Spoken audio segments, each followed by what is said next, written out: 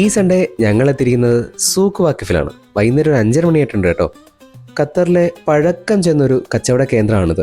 ഒരു 200-250 വർഷത്തെ പഴക്കം ഉണ്ടാവും. ഈ ഇടവഴികളിലൂടെ ഇങ്ങനെ നടക്കുമ്പോൾ പഴയൊരു കാലഘട്ടത്തിലൂടെ കടന്നു പോകുന്നൊരു ഫീലാണ്. ഖത്തറിന്റെ പരമ്പരാഗത രീതിയിലുള്ള ആർക്കിടെക്ചറാണ് ഇവിടെ കാണാൻ കഴിയുന്നത്. മണ്ണ് കുഴച്ച് ചുവരുകൾ പൂശിയ കെട്ടിടങ്ങളും മരത്തടി കൊണ്ടുണ്ടാക്കിയ സീലിംഗും ഒക്കെ കാണാൻ എന്ത് രസമാണെന്നോ. കാണുന്ന ഇടവഴികളിലും തൂണുകളിലും പടികളിലും ഇരുന്നും കിടന്നും ഞങ്ങൾ കുറേ ഫോട്ടോസും വീഡിയോസും കൂടി അങ്ങ് എടുത്തു.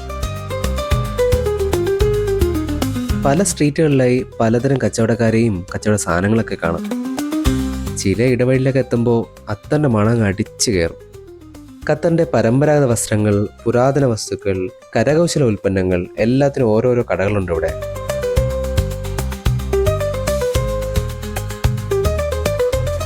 ഉള്ളിലേക്ക് ഒരിടത്ത് ഒരു ബേർഡ് മാർക്കറ്റ് ഉണ്ട്. എന്തൊക്കെ തരം ബേർഡ്സ് ആണെന്നോ, അതൊക്കെ കണ്ടു നിൽക്കാൻ തന്നെ ഒരു രസമായിരുന്നു.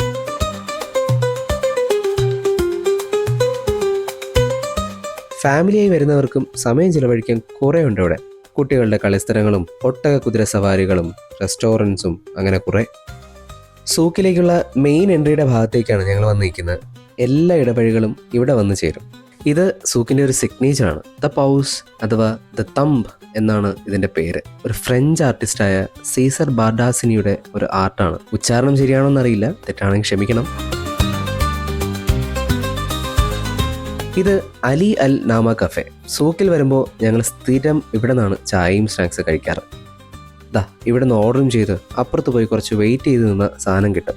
വെയിറ്റ് ചെയ്ത് ഇങ്ങനെ നിൽക്കുമ്പോൾ അകത്തെ കാഴ്ചയാണ് കൂടുതൽ കൗതുകം.